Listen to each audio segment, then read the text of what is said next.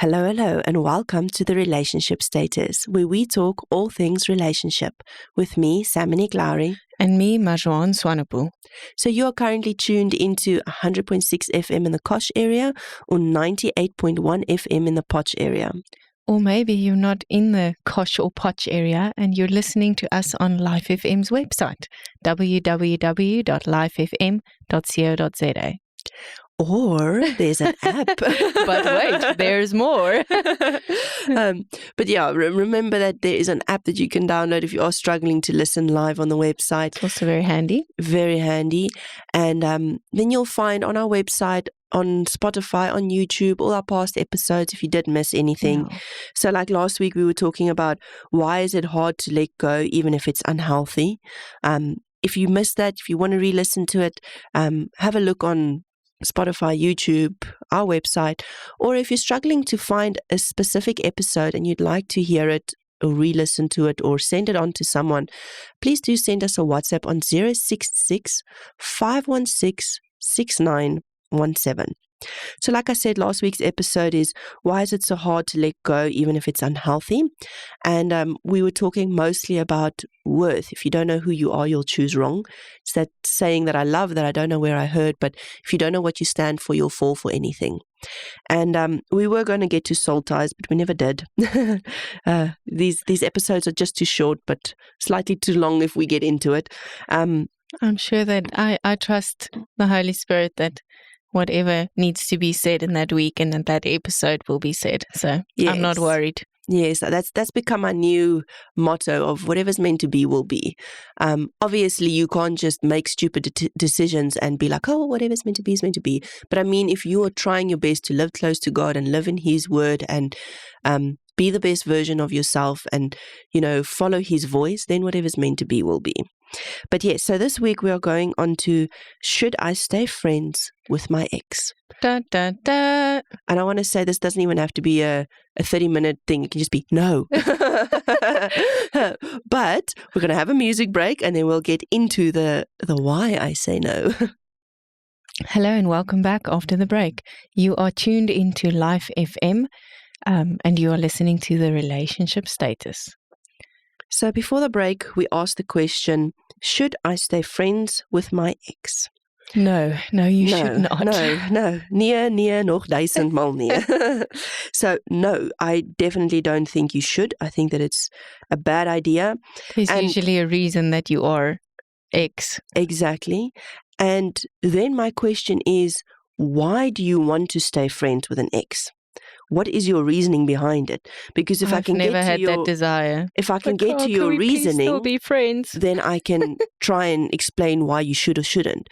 Most people, in my opinion, stay friends with their ex because there's either benefits or there's a lingering something, a hope of maybe they'll come back to you. Close the door. Exactly. Because what if?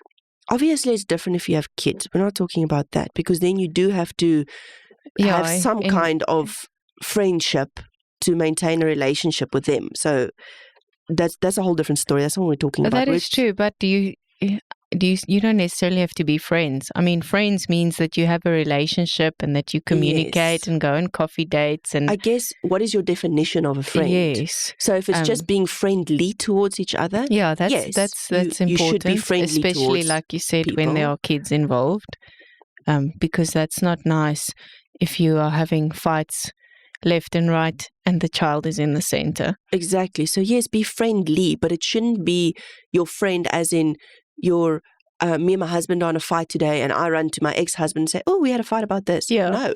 Don't go there. Don't even have to explain that. No. So I went, because I can't understand why you'd want to be friends with an ex. So I went and Googled, is it good to be friends with your ex? And obviously Google will say yes, because that's what most people want to hear. But it gives you like little extra search, like things that most people search when searching that topic. So all the next things is, what are signs your ex still loves you? Ugh. How do I know the breakup is final? What was the other ones I saw? What are signs your ex misses you? Those are like just in one search. Those are the top things. So Why do you want to be friends with your ex? Because you want to find out if he still loves you, if he still misses you, if the 'cause you're breakup not is ready final. to let go. Because you're not ready to let go. But why is he your ex? Did he cheat on you? Then why on earth would you want him back? Yeah. If did someone he just get bored stole of him you? from Did you, why would you want him back? Because somebody else, if it's happened once, it can happen again. There was this thing that was circulating like a WhatsApp when we were younger, and it says when your ex asks to remain friends after a breakup, it's like a kidnapper asking you to keep in touch after he releases you. I understand that some relationships end better. So like, let's say, for example, distance. Two people move apart, but normally there's things with distance like you cheat on each other and that's why the breakup is final. But let's say you're in high school and his mom and dad moved to a different country and you're still here and you can't be together. You know, I get that. I get that that's a good way of breaking up, and I get wanting to be friends then because you didn't have a bad breakup. There's actually no reason to break up besides for him moving away. Well, yes, but it still hurts. And how are you going to get over the hurt? But that's exactly it. So that's the only reason I can see you'd want to be friends. But then the reason I had something like that, but the reason I wanted to stay friends was so that when the distance can close, when we're old enough for one of us to move closer to each other, that he's still mine. I don't want to let him go because someone else is going to get him in the time that we're apart. So you stay friends so that you stay in the loop so that one day you can be together. So I don't think you should stay friends with your ex because you can never get into the healing process. You can never let go. You will. Yeah. I think that it's just a way of trying to keep a door open. That most likely should not be open. Exactly. And then if you do end up having a relationship with someone else, if you end up, getting married or just being in a relationship, is it really fair for you to stick to this past relationship and be friends with this past relationship and not, you understand what I'm trying to get at? Yeah, because in my opinion, the way marriage should work is that they should be, your best friend as well.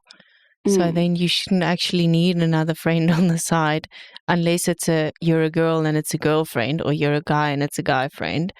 Same sex friends, not opposite sex friends when you're in a serious relationship and getting married. And no. I just think that's dangerous as well, Yes. because you never know what the other person's intention is, or the devil likes using things as well. You maybe might think that you're just friends, but the ex is thinking that there's still a door open, or the other way around. Yeah, you might be friends just out of niceness, like, yeah, we've had this history together for so many years and it just feels cruel to let it all go.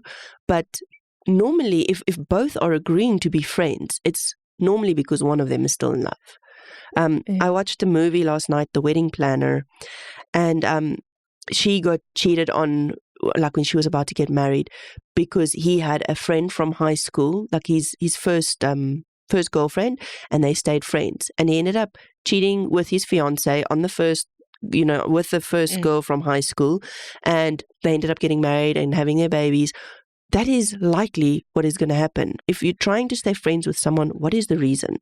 And this is off topic, but now that I'm speaking of that Wedding Planner movie, I loved the contrast there. So what he says, so he's now it's years later, he's planning on getting married and he falls in love with a wedding planner.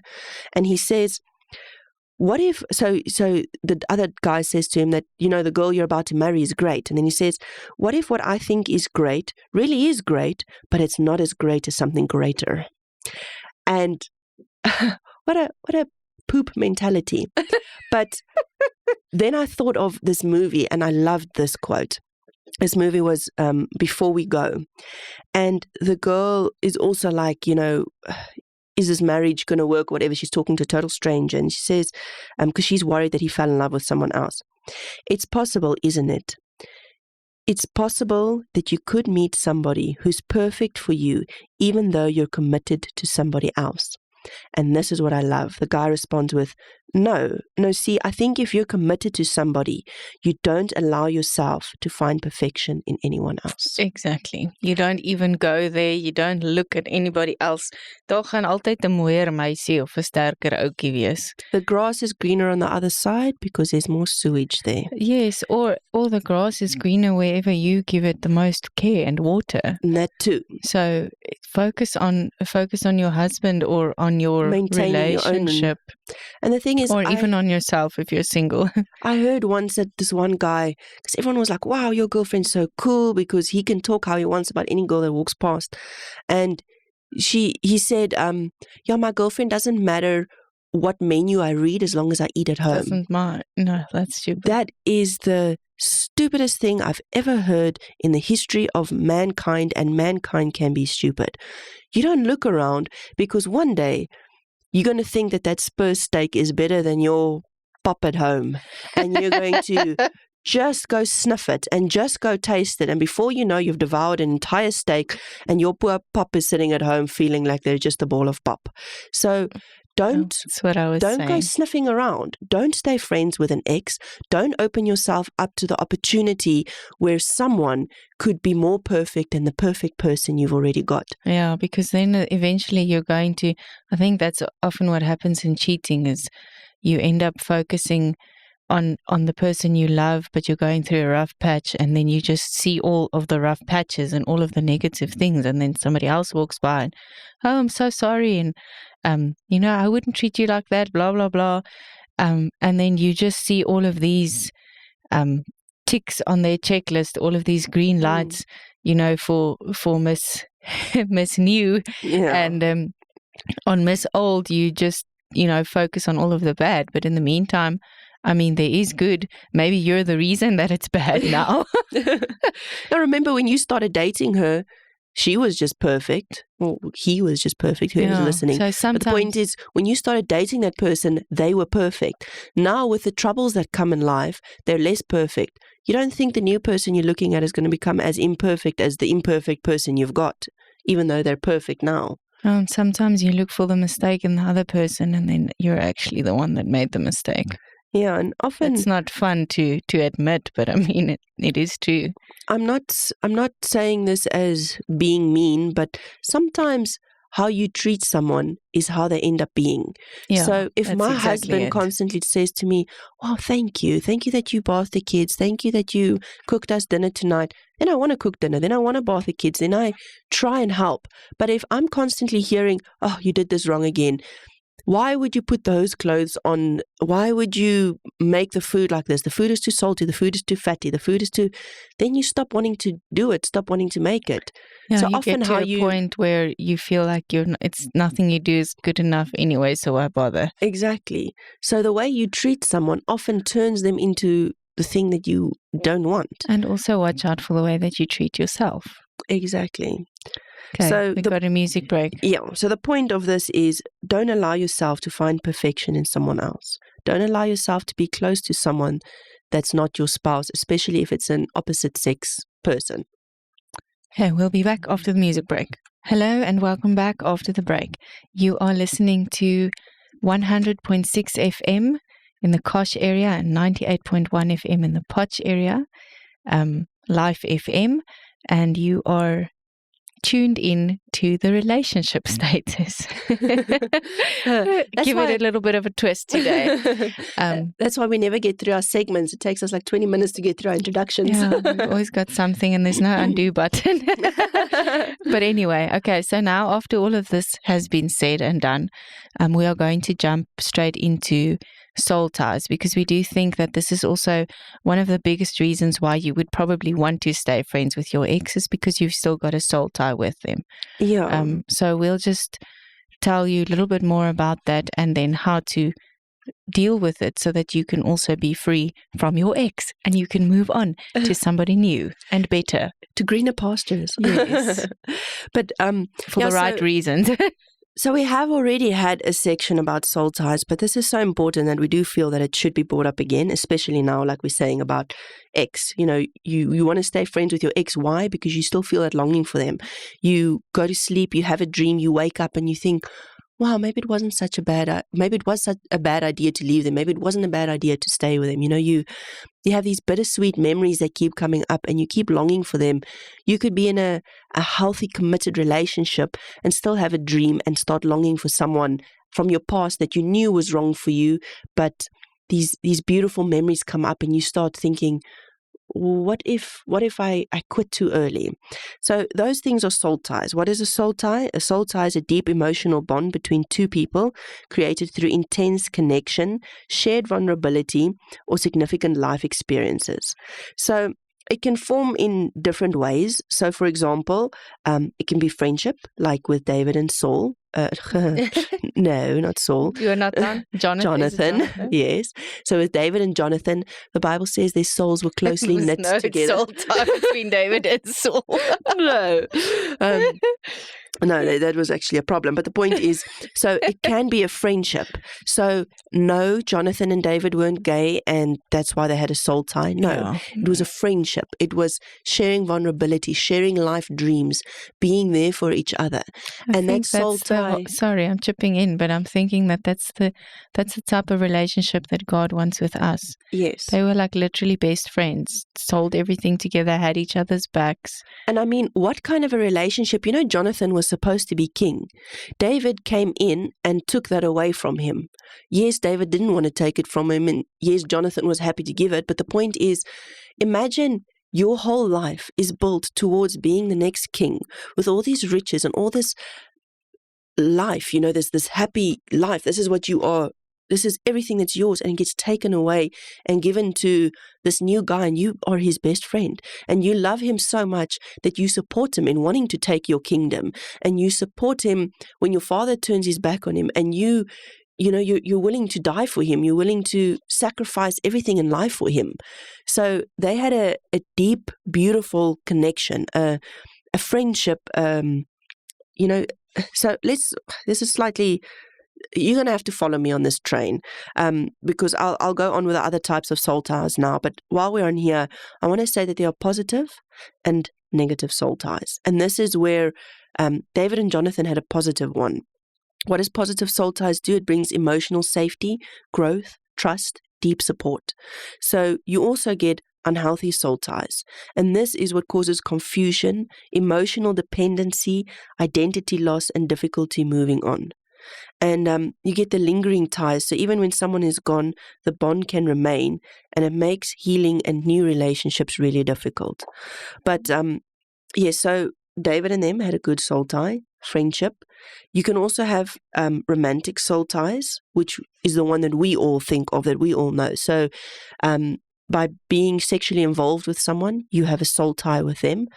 And those ones can sometimes be good and sometimes bad. I mean, if you have a one-night stand or you connect yourself to someone you shouldn't have, that's where these feelings come in that are unhealthy. The identity loss, not knowing who you are, confusion, that today you want to be with him and tomorrow you shouldn't. Those are unhealthy soul ties. And then you also get trauma-based soul ties. And these are formed through shared pain or crisis. So abuse, deep grief, those toxic kind of relationships. And these are never really good.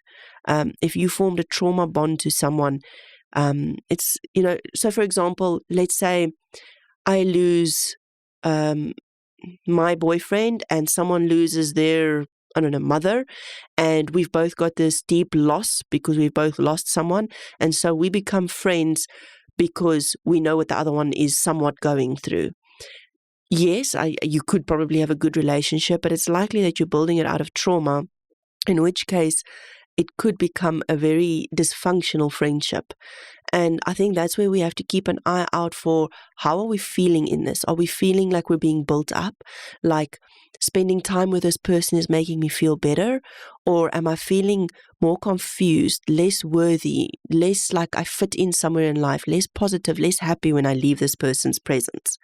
So the point is, you don't just build a soul tie by sleeping with someone. So yes, you can be a virgin heading into your marriage thinking, well, I have no soul tie with anyone. This is going to be a perfect marriage. But in the meanwhile, you had a close relationship with a different guy. And yes, you might not have ever been physical with that person, but you share deep, intimate parts of your life. And, you built into that relationship. You could have a soul tie with that person, and it could make your marriage difficult. I've had in my own life, and I've had in people around me's lives where they've told me that, you long for someone and you can't understand why, because you never had a physical relationship with this person, but you had this deep emotional relationship. And in that case, you still need to break the soul tie in order to move on. Yeah. Because whenever it's inevitable that your relationship, when you're married, at some point will have an up or a down. It will get difficult. It will be easy. It will be fun. It will be hard. It will be all of those things. And when those difficult times come, that's when the devil tempts you with your past. That's when you have dreams of a friend that you were close to, that you haven't spoken to in 10 years, and you suddenly have a longing and think, I wonder. I'm back. That's where that whole what if comes in. What if I had stayed with that person? Yeah. Would my life have been better? So it is important that we distinguish between good and bad soul ties, and that you realize soul ties are made regardless of whether you sleep with someone. You can have soul ties with an animal. You can have soul ties with a place. I remember when we moved from the first place we lived in, I longed for that place. I missed that place. I cried about that place. And I always say, when I grow up, I'm moving back to that place. I am so glad I broke soul ties in the meanwhile, because I don't ever want to live there again. I understand why my parents moved away. But the point is, we need to first realize soul ties form with co-workers even. It's not something that you necessarily even choose. Just sitting in close proximity with someone day after day forms soul ties. And if it is a toxic environment, if you are working with a witch doctor, I suggest you cleanse yourself every day and break those soul ties every day, because it's like a rope. You have this thin, tiny thread between you and this person, and maybe that thread can bear the weight of an ant. But you don't break the soul tie, you let it keep forming. Now it's two thin threads that are intertwined, and it keeps adding more and more and more with every memory you share, with every conversation you have, with every intimate detail of your life that you share with that person. It grows thicker and thicker until it is this thick, massive rope which an elephant can now walk across. So you might think, so what? We'll cross that bridge when we get there. When I split up with this person, or when I stop working with this person that's obviously a bad influence on me, then I'll break soul ties. It's going to be so much more difficult. Because the better. If you take your nail scissors and every night cut that one little thread, you'll be fine. But if you let it form into this thick rope and you've got these tiny little nail scissors, it's going to take you months to slowly cut through each tiny little thread. So if I can advise, if you have a thick rope in your life, work with God through every string. Ask God, what is every string that still connects you? And cut every single one of them loose. How do you cut them? We'll get there now. We're running out of time. Okay. So the point is, don't just do one little blanket prayer of, God, I cut myself free, and then we're done. No, the thicker that soul tie, specific. If it is your co-worker, then you can just every night say, God, any tie that has been formed between us today, I cut loose in your name, and I put your blood over it and heal it. That's a small little snip and we're done. But the bigger the soul tie, the more deeply you have to go into it. So soul ties are also formed through words. I will never give up on you. I'll never let go of you. I'll never love as much as you. So, yeah, we actually are running out of time, but let's just push this one a little bit longer. So firstly, you have to acknowledge that there is a tie. That's the most important thing. Acknowledge that you have a tie, acknowledge that it's bad, acknowledge that you want to break it. Then you repent and renounce. So if the soul tie was formed through sin, so for example, sleeping with someone before marriage, adultery, manipulation, all of those bad things, fornication, then you ask God for forgiveness and you renounce the connection out loud in Jesus' name. Then next, what you do is you forgive and you release. You forgive the person and you forgive yourself. Bitterness and guilt will only keep the tie intact. Release them emotionally and spiritually. So if you were in a long-term relationship and they cheated on you, forgive them for for them cheating on you. If you cheated on them, forgive yourself for cheating on them. So forgive and release them. And then you pray for deliverance. You invite the Holy Spirit to sever any ungodly connection and cleanse your heart and mind. Then what you do, and this is the long-term thing, is you renew your mind. You replace the toxic thoughts with God's truth. You spend time in God's word. You worship, and you do healthy communication with God. It's because I'm pushing to get through this. So and that's the thing where if you had a fight with your husband and you think, oh, but Peter wouldn't have treated me this way, immediately, someone loudly say to yourself, no, I will not accept this nonsense. I choose my husband. I choose to let go of Peter. I choose to forgive him, release him. I choose to not have that bond with him. So like I said, the devil's going to come and try and melt that rope back together, and you have to keep cutting it off. So once again, if it's a coworker and it's just the daily little, I break myself off because, we're in different religions and I don't want your stuff, transferring to me, that's an easy little break it off. But the longer the thing is, the longer it's going to take to break it. And I don't mean that it's impossible. I mean that it's a daily decision that you're going to have to make. And then it's important that you clean up. Throw out or give away anything that brings painful reminders. In my opinion, the deeper the cleanse, the better the break. So don't keep a jacket. Don't keep earrings. Don't keep any of this stuff. Give it away or throw it out. And then you ask for forgiveness with your vows, commitments, and promises. And that's what I was saying. Remember, God formed the entire universe with His words, and you form yours with your universe with your words. So if you're singing a song of Justin Bieber of, if I can't be close to you, I'll settle for the ghost of you. And you are picturing Peter while you're singing, I'll just settle for the ghost of you. I miss you more than anything and I love you more than life. And you're singing that things while thinking of Peter. Break those promises. If you said to Peter at some point in your relationship, I will never love anyone as much as you, and now you're broken up and you have to move on with your life, let God show you what statements you made, what songs you sung about this person, so that you can... Inner vows that you've made. So, for example, saying, ask forgiveness and break words like, I will never love someone like you. I will never stop loving you. You can't understand why you can't get over this person and why you want to stay friends with your ex. It's because you made a promise that you will never stop loving them. And you have to go back and you have to break that promise. And you have to say, God, I made a mistake promising this to this person. In the moment, I meant it. In the moment, it was true. In the moment, I thought we were going to be together forever. But now I choose to let it go. Maybe the person passed away and you don't want to stop loving this person because, like I said, there was this thing of either you what was it? You never stop loving someone. Either you'll always love them or you never did love them. And so you feel like, oh, all these years we spent together, I'm just throwing away by choosing to stop loving them. And, I guess I never did love them if I can stop loving them. No, it's a choice. It's not something you want. It's not something, it's not a feeling. It's a choice is what I'm trying to get to. So you have to break those ties. And, yes, I think, unfortunately, we have reached the end of the show.